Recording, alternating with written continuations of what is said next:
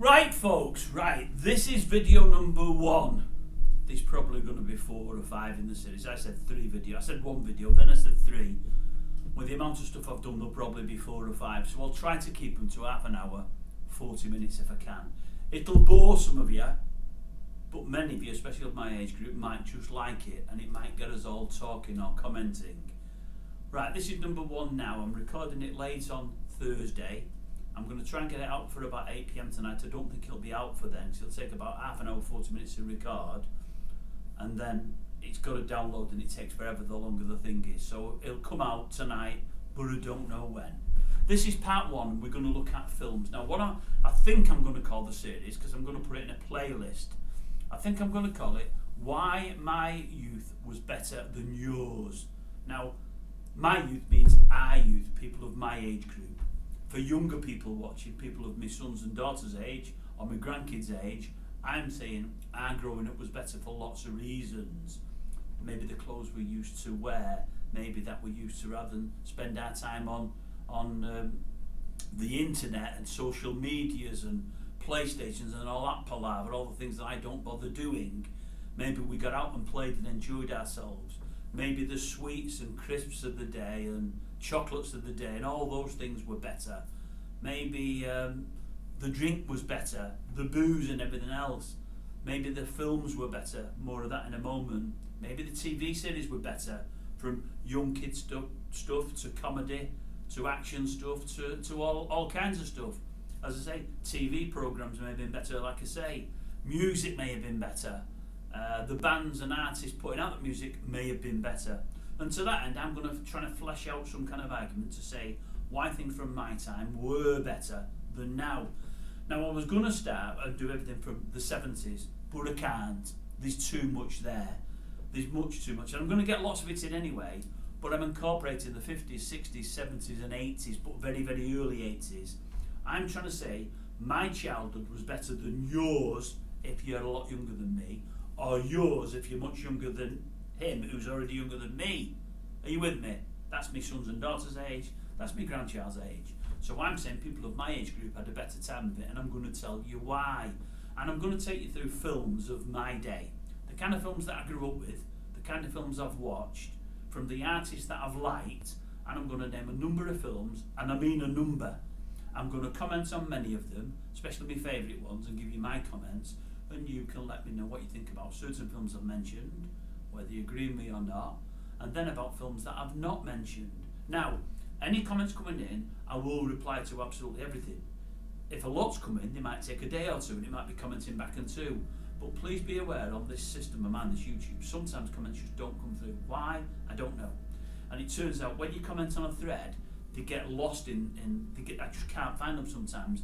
But if I find anything in the coming minutes, days, hours, weeks, whatever it might be that I've not commented on, I will comment back, so don't worry about that. And obviously you can comment amongst one another. It's all about having a chat on here. So I'll go through films, and what I'm going to do first, I'm going to tell you the kind of films that I was watching when I was a kid. I mean, we're going to go into TV next. There's loads with TV, because we're going to go in kiddie stuff, comedy stuff, teen stuff, and then action stuff. So these are the kind of things that I was watching when I was a kid. Now, the downside is bins are going to be on for all of this. And it's a shame it's night time, obviously it's daytime, because you're going to get the glare and everything else. I'm going to do some reading, because I do everything off the cuff, as you know, folks. I don't do any research, I don't write anything down, but with this I did, because there's so much. And because of that, and because the old mince pies aren't what they should be, I need bins on. So unfortunately you're going to get the glare, and you're also going to get the broken noses, you're going to get it where they, I mean now to me on that they look even, they look like they're sat even. When I look later on the cellular laptop, if I look at it, they look like they're all skew with. I don't know why, it's my nose I think, I do apologise. Right, when I was a kid, I used to watch lots of comedy first. I started out with comedy and then westerns. That was the thing for me, comedy and westerns. And many young lads may have been the same, maybe not, but maybe they were. I tended to watch comedy more than real kiddie stuff. The kiddie stuff I did watch on TV, like your Batmans and whatever else, more of that later. But comedy-wise, the earliest kind of comedies I remember, I used to watch a lot of George Formby. I love George, many might call him, I loved him. But I loved him because he was from, I think he was originally from Wigan, which is the next but one town to me. I'm from Warrington, but he's actually buried in Warrington. And every 2 or 3 weeks, I had a ritual with my uncle, who's long since died now, unfortunately, more about him further down the line when we get to TV series, because there's something there. One TV show I mentioned to you, that's apt where my uncle's concerned. In fact, there's 2 or 3 TV shows, but one in particular. My uncle every Sunday used to take me out. He only lived 2 doors away from me. They never had kids of their own. I'm one of 3, but I was his favourite. I was the oldest of 3, but he just took to me. He got me grounded watching rugby league. The Wire there, that's Warrington, for those that don't know it, because we live in Warrington, we both did. He followed them all his life. He remembers the real golden years with the great players like your Brian Bevans. I never was lucky enough to see that, just one testimonial game, which again is something totally different. But we used to watch rugby league together. He'd take me all over the northwest, home and away. But nearly every Sunday I'd spend an hour or 2 with him. He'd take me out, and more often than not we'd go up to the Manchester Ship Canal with the swing bridges and just watch the ships going through, because he used to turn the bridge around, stop the traffic, and the ships would go through. In them days they might have 2 or 3 an hour. I've been known to spend a couple of hours there with him watching 5 or 6 ships go through. They don't do it much anymore, which is just as well, because there's more traffic on the road and it's more milder than it's worth. But I used to go there regular. And my other great protocol was Warrington Cemetery. I know it sounds sad. I'm not into cemeteries, gravestones or anything like that, but George is buried there, George Formby, and he regularly used to take me to see George's grave, and I just love George. I always did do, always have done. Just like him. Some may call him, but I like him. I'm always going to like him. I see the odd film of his now and again, though not often, and when I do, it always makes me feel good. But part of that is probably because it takes me back to a time when I was growing up and being out and about with my uncle, who I love dearly. I love to this day. Gone many years ago now, but think the world of him. I don't want to get emotional, so I'll pass that one on right. I used to also watch a lot of Will A films. I used to love Will A, Bumbling Will A. I loved him.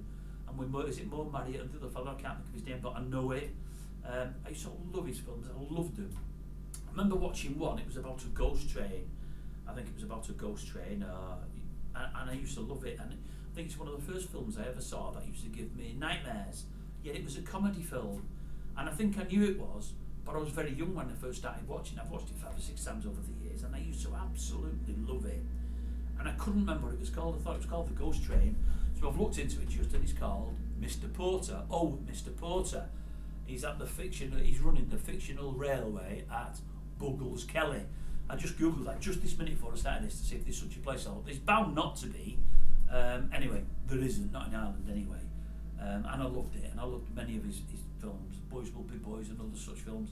I thought Will A was brilliant, really, really good. So, George Formby, Will A. Are you with me thus far? Okay. That one was out in 1937, so it was well earlier than the 70s. But that's what I was watching in the 60s and 70s as I'm growing up, because that's what we're looking at. I am born at early 60s, we're looking at 60s and 70s, and maybe 81, and that's it. We're not going past 81, I don't think. Right. But Norman Wisdom, used to watch a lot of Norman Wisdom, used to like Norman Wisdom, like many of his films, Old Pitkin and whatever else. Loved it, no problem at all, like Norman. Good old slapstick, liked him a lot.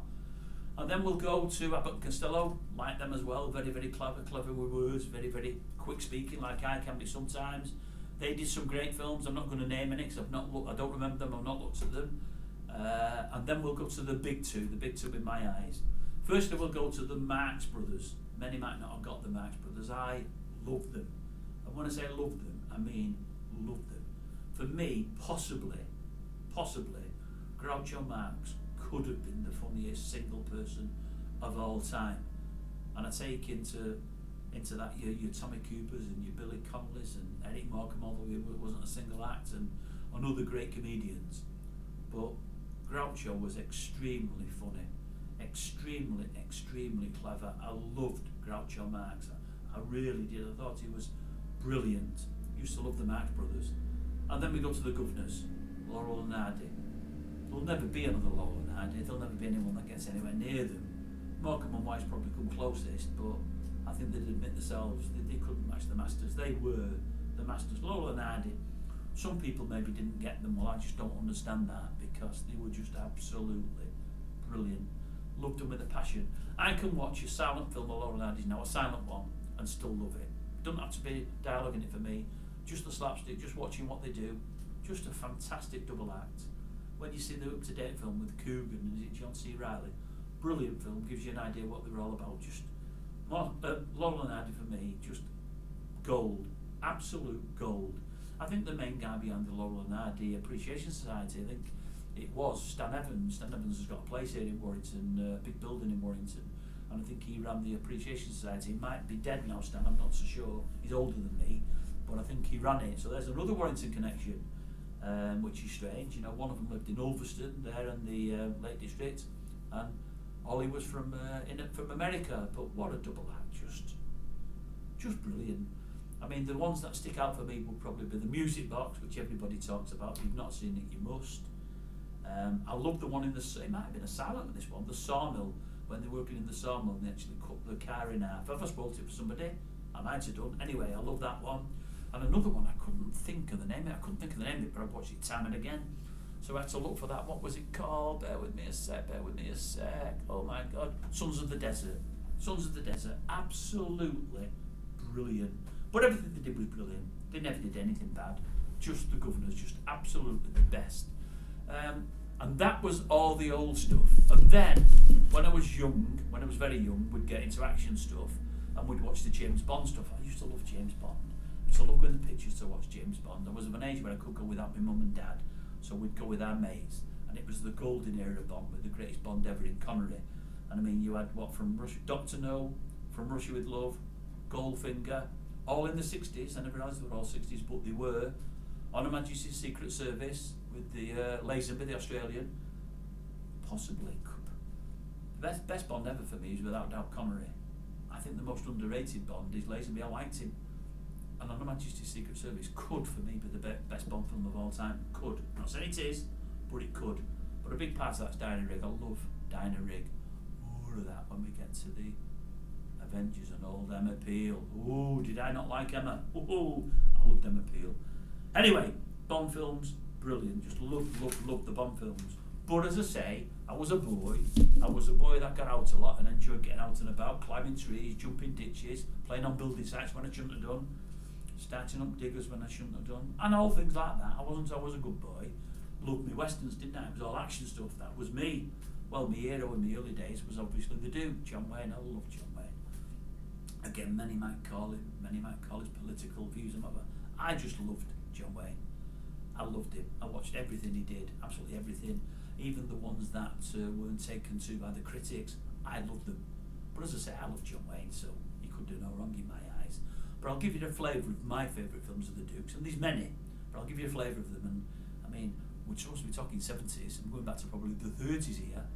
Stagecoach would be brilliant. I would imagine late 30s, early 40s. I didn't write the time it was down on that. I forgot Stagecoach. I left it off. How could I leave that off? Brilliant, lovely, brilliant film. Red River, 1948. I couldn't know. So 52, 62, 72, 76 years ago. 76 years of age. That unbelievable. For me, one of the greatest films he ever did. With, as I've said in the past, the best looking leading man I've ever seen on film in Montgomery Clift, and he happened to be gay, but that's just life, that's how it is. Again, it will probably show these people that say I'm phobic and homophobic, transphobic and all that. Nothing could be further than the truth. Montgomery Clift, gay as they come. Best looking films I've ever seen. I think he was brilliant, and a great actor with it. Didn't do as much as he should have done. Walter Brennan, I love Walter Brennan. Walt Brennan, just what a character actor, what a brilliant actor. Brilliant. Just a cracking cast. I just absolutely love that film. The Quiet Man, made in 52, set in Ireland, with Victor McLachlan and Maureen O'Hara. Loved them both. Just brilliant. One of the best films I've ever seen. Not a western, of course, but I just love that film. I could watch it again and again and again, and never, ever get tired. Cinematography, fantastic. Scenes, fantastic. McLachlan, he's just brilliant. Did 2 or 3 films with John Wayne. I just love him. But Maureen O'Hara, one of my favourite movie stars of all time, women movie stars especially, just loved her. The Searchers, everyone says it's his best film. It's definitely one of his best. I've probably got a couple that I put above it, but loved it. Absolutely loved it. Rio Bravo, we're back to Walter Brennan. This time with Dean Martin. Loved Dean Martin. Great film. Absolutely loved it. True Grit. A lot called. Searchers 56. Rio Bravo 1959. I've missed one out here. I missed it out. God, I nearly forgot it. I can't believe it. The Man Who Shot Liberty Valance. James Stewart. brilliant.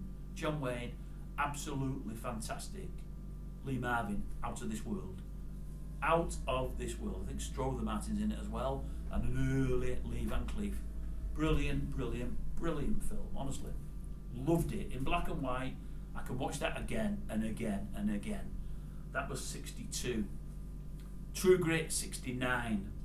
They did a remake. Was it with Kurt Russell, Jeff Bridges?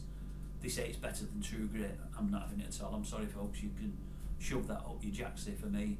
Nothing wrong with the film, but nowhere near True Grit. I thought True Grit was a classic. They say he got the Oscar there because he was not a million miles from dying. He's been in the industry for years and he deserved one. I thought it was a great performance. I absolutely loved it. But that's just me. That's just me. We've all got our own ideas. And then we'll go to Rooster Cogburn. That was number 2. He played Rooster Cogburn in True Grit. He played it in a second film. I wouldn't say he got panned, but it was never universally loved. I thought it was brilliant. But then again, Katharine Hepburn's in it with him. Katharine Hepburn, for me, the greatest actress of all time. Meryl Streep's brilliant. There's other brilliant ones. Hepburn, for me, the greatest actress of all time. I just thought she was absolutely brilliant. And it's weird. She was with Spencer Tracy for many a year.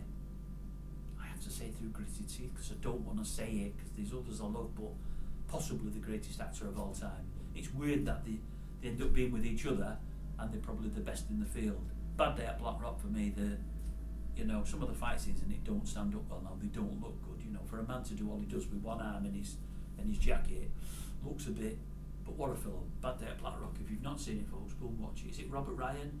George Kennedy, I think it is, both bullies in it, I think. I don't know if Kennedy's in it, no, it might not be Kennedy, but Robert Ryan anyway, I can't think who else. Ernest Borgnine, I think Ernest is in it. Old Ernie! He never drove the fastest milk out of the West, this Ernie. This was a different Ernie. Ernest Borgnine, good actor. I think they were both in it, if memory serves. So that was 75. For me, one of the best films John Wayne ever made. I think he's getting recognition now. Never did. The Shootist. I absolutely adore The Shootist. It upsets me, as does True Grit, every time I see it. Just love The Shootist. Upsets me in a good way. I'm a bit weird, me, folks. Don't worry about that, but I am. The Shootist. Loved it. James Stewart's in it with him. Richard Boone, another great character actor. Ron Howard's in it, one of his early films, I think probably even before Mork and Mindy, not Mork and Mindy, the other one, what he did with the Fonz. It might have been after the Fonz, I don't know, but Ron Howard's in it. Ron Howard, since directing films, one of the greatest directors in the world now. I think if there's 3 better than Ron Howard now for directing films, I don't know of the 3. There might be 1 or 2 as good, I don't think there's 3 any better. Brilliant, and I would imagine he learned a hell of a lot from the Duke. But Ron Howard, brilliant, good actor, brilliant director. So yeah, The Shootist 76. Then we've got, looking at westerns, we've got The Magnificent Seven, 1960. What a film that was, I loved it. The Great Escape in 63.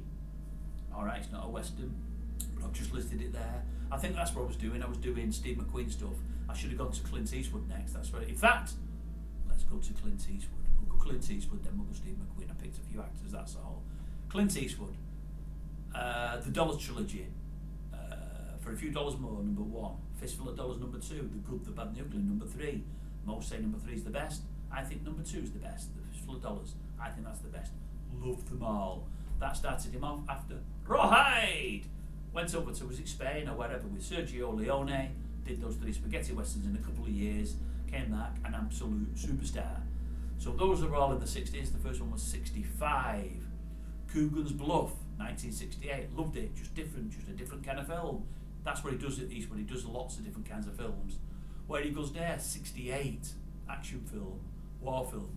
Kelly's Heroes, 70. Action film, war film. Lots of comedy. And Donald Sutherland, even more comedy.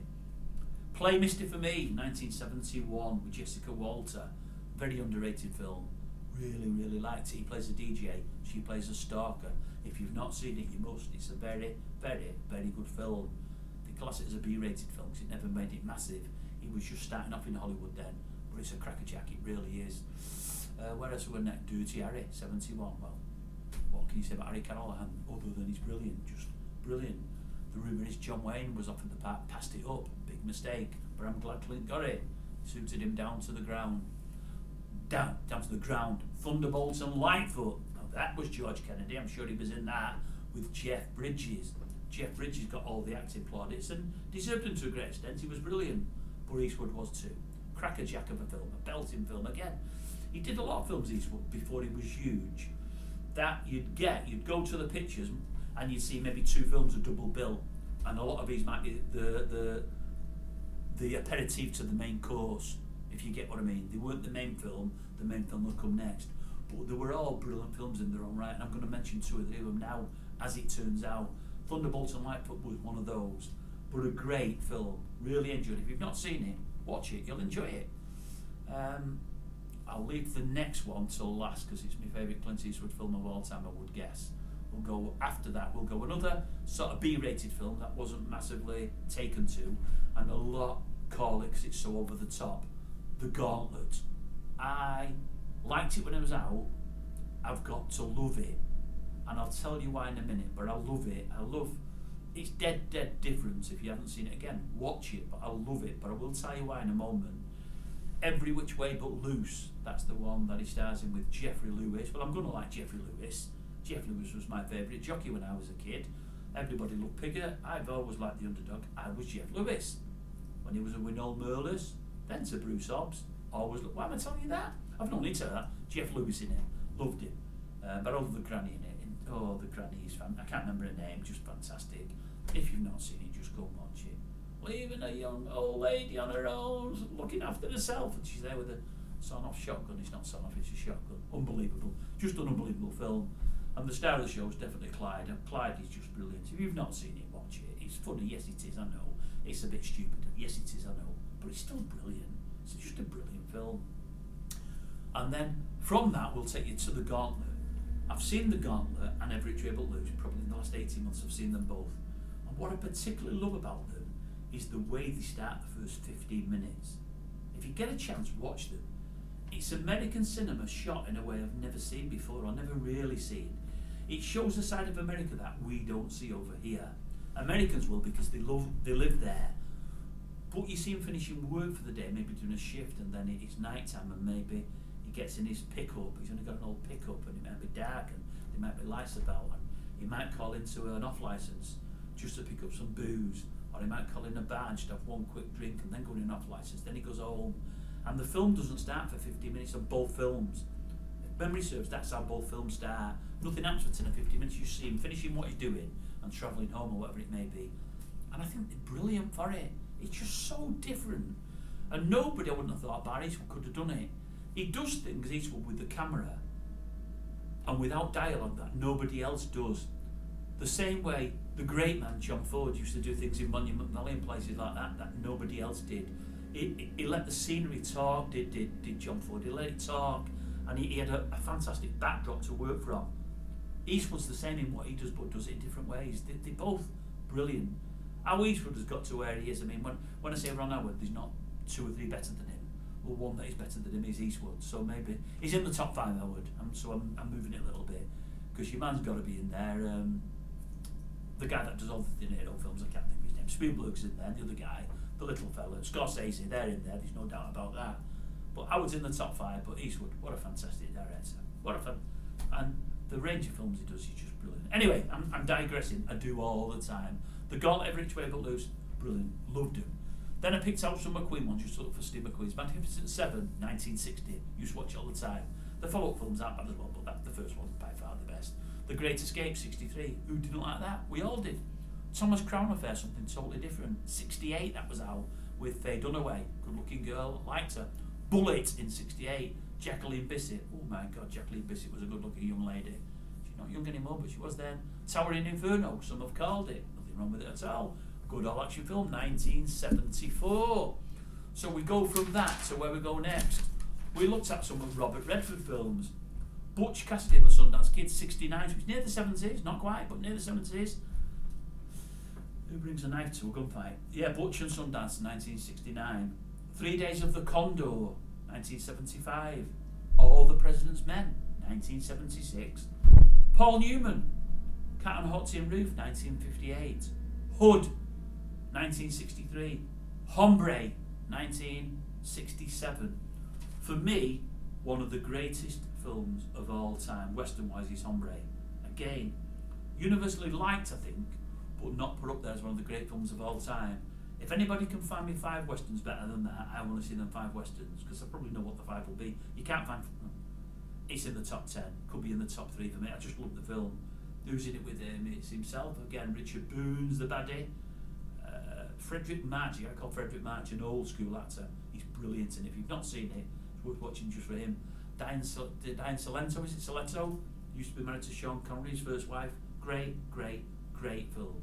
Get a chance to watch it, and you've not seen it, watch it. I believe it's even on Talking Pictures. It was on there last week on Talking Pictures, so it was free. Cracker check of a film. De Niro, because we've got a few of these to come in a minute. Raging Bull, playing Jake LaMotta, 1980. So it's on the cusp of the 70s. Al Pacino, Dog Day Afternoon, that was in the 70s. Gene Hackman, I used to love Gene Hackman, me. Bonnie and Clyde, I should have put the year, I didn't do, I think it was about 65. French Connection, I think it was about 70, 71. I'll give you a bit of a story here, folks. French Connection, loved the film, loved Gene Hackman, thought he was great. Was he in it? I think the guy from Jaws was in it. Was it Roy Scheider? I think he was in it with him, not so sure. I know a lot of this stuff, folks, I like film.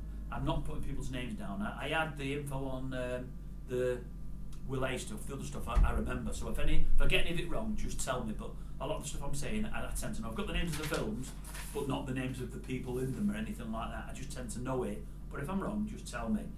But yeah, French Connection was in a band many years ago and wrote a song, and it was called French Connection, and it was about the film French Connection. The words were great, the song probably wasn't, and the singer who sung it was crap. But I enjoyed it. Anyway, don't know why I've told you that, but I have. Poseidon Adventure, another disaster movie. Did the ship go down? I think it did. Shelley Winters, I think, was in it with him. Another good film. Borgnine could have been in that, but maybe he wasn't. I can't remember for certain. I might be wrong on that. So that's that. So they're all the kind of films that I was watching. Now I'll give you my favourite films of the 70s, and then I'll give you other films of the 70s, and then I'll explain what I mean about why our stuff is better than the stuff people are watching or have watched for the last 30 or 40 years. That was number 4, so I want to go to number 5 here. I do apologise for this, folks. I've got papers absolutely everywhere. Right, on the back of all that, that was stuff that I was watching when I was growing up to say the age of my late teens, okay? I did a video on here the other day. Well, I say the other day, I think it was December-wise, January, so many of you won't have seen it. And it was entitled Oppenheimer and Barbie. If you want to check for it, you can search for it. If you put in the search bar Oppenheimer, it'll come up. And what I said was, in the last 12 months, the biggest films that we've had out in this country has been Oppenheimer and Barbie. Oppenheimer, I've still not seen me Oppenheimer, but I want to, and I will do. The 3.5 hours doesn't put me off it at all. If it's good, it's good. I can watch that. The Barbie wouldn't interest me. It just wouldn't. So we've had 2 films there. One that's brilliant. One that loads of others have loved, like the Barbie one that is. But that's about a doll. Doesn't interest me at all. That's 2 films in a year. 1974, in 1 week, or it might have been 1 month, I think it was 1 week, but if not, let's say 1 month. The following 7 films came out. 7 in 1 month. Now bear in mind, in a year, the big 2 films have been Oppenheimer and Barbie. These came out in maximum 1 month, but it could have been 1 week. And I'll start from the worst first, or the worst 3, and get to the best 4. The worst 3 would have been Magnum Force, which I think was number 2 or number 3 in the Dirty Harry series. I think it was the second one, but it could have been the 3rd. The Wicker Man, that was old Edward Woodward with Britt Eklund. Remember seeing a bum there? She's saying now it wasn't a bum, it was a big wide bum for such a slight girl. So that was also out. I think Christopher Lee, he was the naughty boy in it. The Three Musketeers, now I think that's the one with Chamberlain and Oliver Reed, but I'm not sure. But Three Musketeers. And then we'll go to the best 4. Serpico, very underrated, with Al Pacino. Brilliant film. Again, if you've not seen it, worth watching, folks. Honestly, I promise you, I'm not going to put you in a bum stay with any of these films. Papillon, brilliant film. Steve McQueen, Dustin Hoffman, brilliant film. Great film, that one. The Exorcist, Linda Blair, do you remember it? You didn't see much of her because most of the time all you could see was the back of her head. Her head kept turning round. The Exorcist and Max von Sydow, I think it was. And the best of the lot for me, The Sting. Robert Redford, Paul Newman and Robert Shaw. Now, 7 films in 1 month, as opposed to Oppenheimer and Barbie about a doll, in 1 year. That's all that's any good been out this year. That is why I feel this era, and I've got more films to go out yet, a lot more, is better than anything that's been churning out now. Because I think now what we're getting now in this day and age is, I don't think the imagination's there anymore. We're getting sci-fi and weird stuff that's sort of off the charts weird, which is fine. We're getting lots of remakes of other films that have been done in the past, which is fine. The odd one is better, but in the main they're not as good. The remakes never are. You might get better effects, you might get more vibrant colour and better sound, yeah, you might. And you might get big stars of today. But that said, the stars of today don't match the stars of the 40s, 50s, 60s and 70s. And that's not because I'm an old fogey, it's just because it's true. We've got some great stars out there, but only some. There's not loads. There might be, and I've not thought about this, there might be 6 to 10 great male and female stars. That'll be it. That'll be it. And I'm on about of the more stars of the last 30 years. I don't mean your Meryl Streeps and your De Niro and your Pacino, because I'm not classing them in this era. They've got films that I've already spoke about there that were out 60s, 70s and 80s. I don't mean the old brigade. I mean of movie stars that are probably anything from 20 years of age to 50 years of age. I'll be surprised if I can tell you 10 crackerjack ones, and I've not thought about it, but I'll be surprised. But the films of today are mainly remakes, or there's loads and loads of this. Is it the Marvel stuff and whatever else, the superhero stuff? Well, it's all well and good, but also it's not. And I don't watch many of them, and I've seen bits of them, and I know they can be sort of entertaining and bits sort of exciting and whatever else, but they're not really films. They're not films in the truest sense of films, are they really? Now some will say, well, what are westerns? Westerns aren't that. Western, it wasn't as glamorous as you paint it. And no, I know it wasn't, and I know that. But the people in them could act, and there was plot lines and stories behind them, because many of them were based on actual things that happened 100 years previous. But the films of today, you get the odd great film, of course you do. If you looked films made from 2020 to today, I'll bet you could find 8 or 10 brilliant films there, really good ones, and some not so bad. But look how many films I've given you there. Just I know that some of them were 50s, 60s and 80s, the odd one in the 80s, but the bulk were in the 70s. You won't match that kind of films in today's marketplace, you won't match them. But in a moment I'm going to tell you my favourite films from the 70s, and these were from the 70s. There's only 8 or 10 of them. And then I'm going to give you a list of other films that were all great. We're on 32 minutes now. This will be wrapped up within about 8 or 9 more, because I'm going to whip through these a bit quicker. My favourite films I'll give you the bit of storyline on, and then after that, the other ones I'll just tell you what they were. And I'll have missed loads out, folks. We're missing loads out. So imagine what I've missed out, what's good. Right, so I've just done that, so that was number 5. Number 6, right. Let me tell you this story. When I were a kid, you used to go to the pictures, as I say, and you used to watch 2 films in the main. It was mainly a headline film and a number 2, okay? I remember going to the pictures to watch Jaws when it first came out. Absolutely brilliant. One of the best films I've ever seen. It's in my top 10, I don't know what's in with it, but it's in there without a shadow of a doubt. A couple of things that happened there where they made you jump. I could still remember jumping now, my memory's not that good. Just an absolute brilliant film. I don't know which of you can remember it coming out, and I don't know which of you can remember what was the film that was second that day. I know because I've never forgot it. The reason is, I was of an age where I shouldn't have gone there, because I think it was 14 or over, or the film that was with it might have been an 18, but I think it was a 14. But I was only 11 or 12 if memory serves. So I went with my mum and dad. And I went with my mum and dad, and I grew up in a household where my mum did, but not often, and my dad didn't swear. He never swore. I know he swears, and I've heard him swear, but it was a respect thing, and he didn't swear in front of the kids. Now you might laugh at that, folks. I won't laugh at that, because I appreciated it. I've been the same with my kids. I'm not going to tell you whether I swear a lot. But if I did, I don't do it in front of my kids and my grandkids. It's just a respect thing. I don't want my kids and grandkids growing up where they F this, F that, F the other from being young, and people think, who's brought them up, or who's, so we just don't do it. Maybe a lot of you folks do, and that's fine, that's your life. But I grew up in a household where my dad didn't.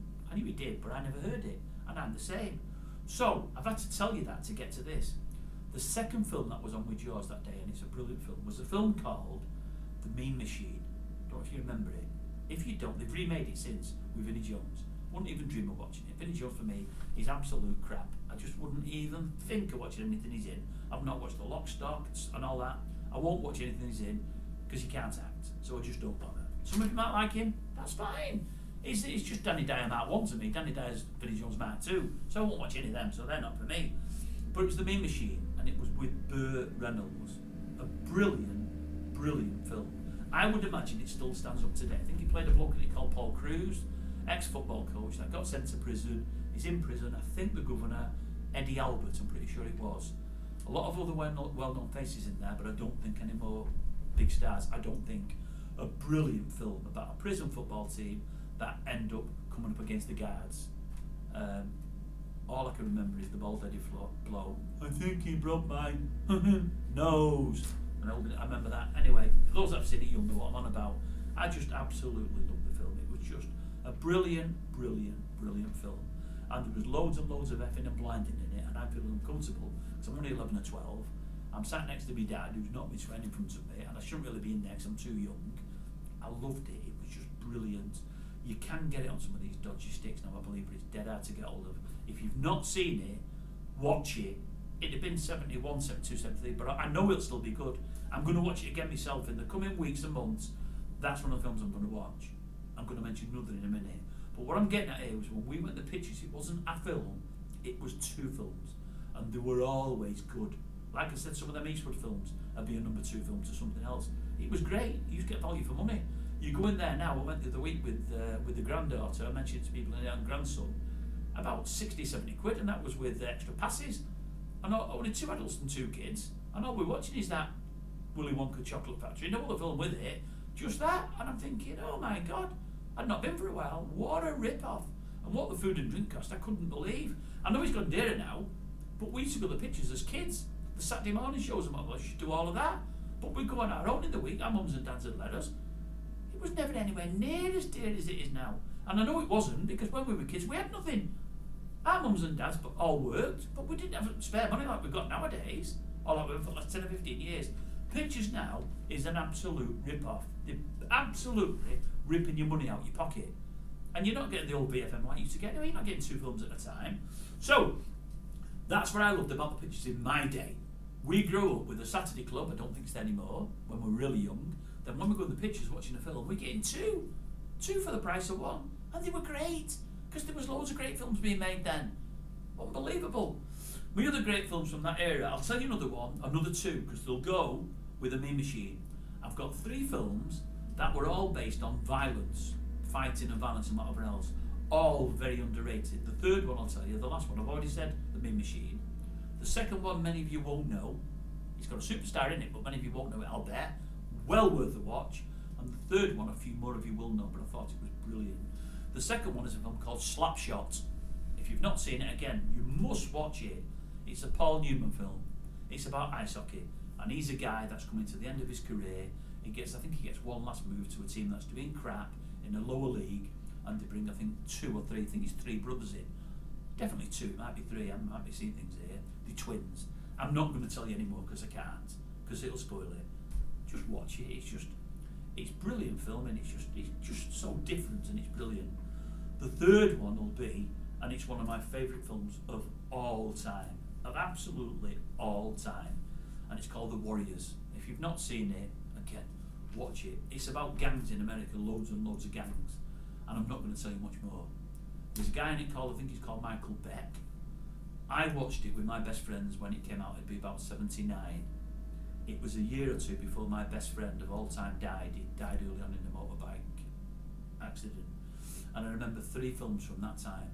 One of them will be The Warriors, one of them will be The Outlaw Josie Wales, and the other one will be The Deer Hunter. They were his 3 favourite films, and they were, if they're not my 3 favourite, they're very, very close. Which means it just shows I've done a crap job, because I've just talked about all Clint Eastwood films, haven't I? And the one I said I'd go back to that I didn't is The Outlaw Josie Wales. It came out in 1976. Probably my favourite Western of all time. Probably. I watch it time and time and time and time again. I got the book before it came out. The book was brilliant. I loved the book. Thought it was brilliant. Right, back to The Warriors. Michael Beck was in there. He was great. I loved him. Still acts now, still does a bit now. He was a really, really, really good looking kid when he was in that. He was the main guy of one of The Warriors, the main gang. as he got older, still looks alright, but not quite the same. I thought he was going to be a superstar, an absolute superstar. And at that time, got the Warriors book. It wasn't called that. It might have been called Two to Texas or something like that. I don't know, can't remember. But I got the Warriors, the book about Outlaw Josie Wales. Sorry, I got the book about Outlaw Josie Wales, and I also got a book called, is it Cold Blood? Is it Cold Blood? The one that Stallone did. Do you know, I can't remember. I know he did well. First Blood, Cold Blood, First Blood. Got the book First Blood. First Blood is one of the best books I've ever read in my life. The film was nowhere near as good. Everybody loved it. It was nowhere near as good. Michael Beck, the main guy in the Warriors, should have played the main part in First Blood. That was the one they should have cast. No one ever thought of it, apart from me and my mate, but he would have been brilliant. Stallone did it alright, but Stallone was crap for it really. Stallone to come off the back of Rocky, what had done really well, and I'm not talking and all that stuff with the lip and whatever, and he weren't the one for it. Michael Beck, if you ever watch The Warriors, watch The Warriors and then watch First Blood, and imagine Michael Beck in there, he'd have been brilliant. But anyway, he never got the part. He never got a massive part after that, I don't think. But The Warriors, a fantastic film. The fight scenes, for me, stand up now even. The bits with the baseball bats, if you get a chance to watch it, the choreography and the violence in that is brilliant. Just absolutely brilliant. Right, One Flew Over the Cuckoo's Nest, Jack Nicholson, just brilliant. Absolute brilliant. Really, really, really good. Mean Streets, dead special. Not as good as Taxi Driver, with Jodie Foster and De Niro again, same as Mean Streets, brilliant. The Deer Hunter, one of the greatest films I've ever seen in my life, himself and Christopher Walken, brilliant. Being There, don't know if you've seen it or not, I think it's Shirley MacLaine but with Peter Sellers. I was never a massive Peter Sellers fan. I love that film. He was sensational in it. It may have been the last film he did before he died. It may not have been, I'm not sure. Number 7, so where's number 8 now? Bear with me a sec. We're at the end now, 41 minutes. 5 more minutes and I'll be done, because I'm just going to read you a list of films and I'm going to say hardly anything about any of them. Oh, did I do Redford? I did Redford, I did Newman, I did Atman, I did De Niro, I did Pacino. Right, the rest of the films from the 70s, all these, apart from a couple. The ones that aren't the 70s, I'll tell you. Dave the Jackal, was it Edward Fox? I think it was. Some might laugh at this, but they weren't bad when they first came out. Planet of the Apes with Charlton Heston, they weren't bad. And was it Malcolm McDowell? I think it was. Again, I've got no names, I don't remember him. The Getaway, I think it was Steve McQueen, I might be wrong. Quadrophenia, Sting was in it, plus others. Apocalypse Now, Martin Sheen, he's brand doing that as well, I think, isn't it? Martin Sheen's in it anyway. Apocalypse Now, Easy Rider, that came out in '69. That's your man, Jack Nicholson and Fonda's lad, Peter Fonda. The Last Detail, another Jack Nicholson one. Now that, when that came out, that was another B movie. Not B movie, that was, I seen that in a double bill with I don't know what else. My memory's not that good. That was the first film that came on that day, and then the feature. So that was in a double bill. Great film. I think Randy Quaid's in it. You might remember him. I think he was the main guy in The Hills of Eyes. Weird looking fella, about 6'4". Chinatown, another Jack Nicholson one. Great film. I don't know who's in it with him. Could be wrong, but I think I'm right. The Shining, brilliant. I can't remember the girl's name that was in it. Her that was in Popeye. You'll know her. I can't remember her name. Force 10 from Navarone, I think that was Gregory Peck. David Niven might have been in it, but I might be wrong. Robert Shaw could be in it, I might be wrong. Birdman of Alcatraz, 1962, Burt Lancaster. Airport, Burt Lancaster, 1970, that just made the list. Gunfight at the OK Corral, again Burt with Kirk Douglas, 1957. Shane, 53, Alan Ladd. These are all films I used to watch being a kid, that's what I'm getting at. What I used to watch being a kid. Escape from New York, 1981, that's on the cusp, that's Kurt Russell, loved it. The Thing, Kurt Russell, 82, loved it. Seen that a while ago, it doesn't stand up as well as it did, but it still wasn't bad. I'm bringing this in, it's 82 as well, just because it's just a brilliant film.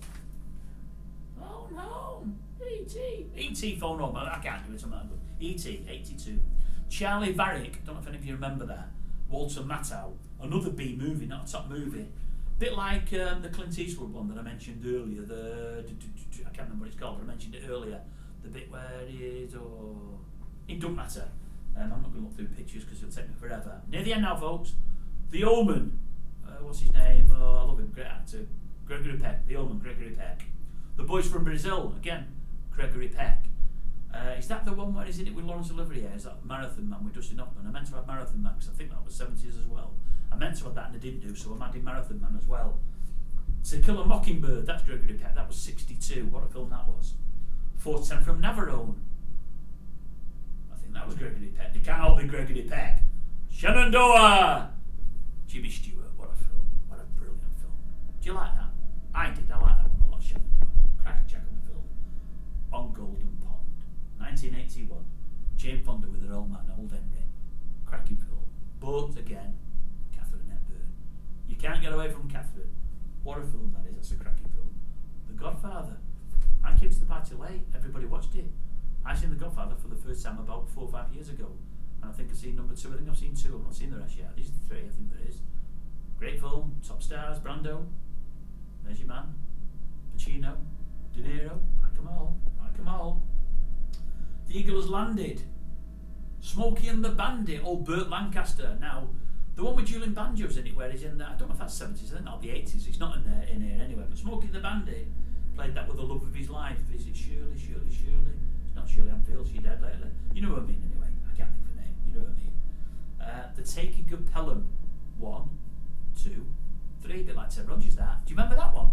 I think that was Walter Matthau as well. I think it was, I've not written it down, I promise you, but I think it was. Been redone since, if memory serves, by Denzel Washington, and I think I've seen it and it was pretty good, but not as good as the original. Taking of Pelham, 1, 2, 3, get a chance, watch it. The Life of Brian and Monty Python the Holy Grail, both good films, nothing wrong with either of them. Rocky, with Sylvester Stallone, not the world's greatest actor, but an uplifting film and not a bad film all the same, and at its time, it was good. Halloween, decent horror film, not so bad. Was that the Jamie Lee Curtis one? Might have been, might not, can't remember. Don't Look Now, don't know if you remember that one. Donald Sutherland and Julie Christie, another good looking young lady, British, she was good. Enter the Dragon, Bruce Lee. Now I remember that because he had so many people at our school that loved Kung Fu. Gaz Buckles especially, you won't know him, but a good mate of mine, loved the old Kung Fu, loved it.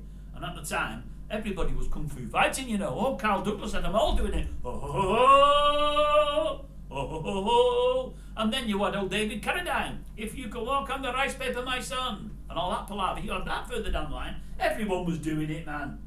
Nearly finished, 2 left. Close Encounters of the Third Kind. Third Kind. An Alien. That was a good film, wasn't it? Alien. Good film, that.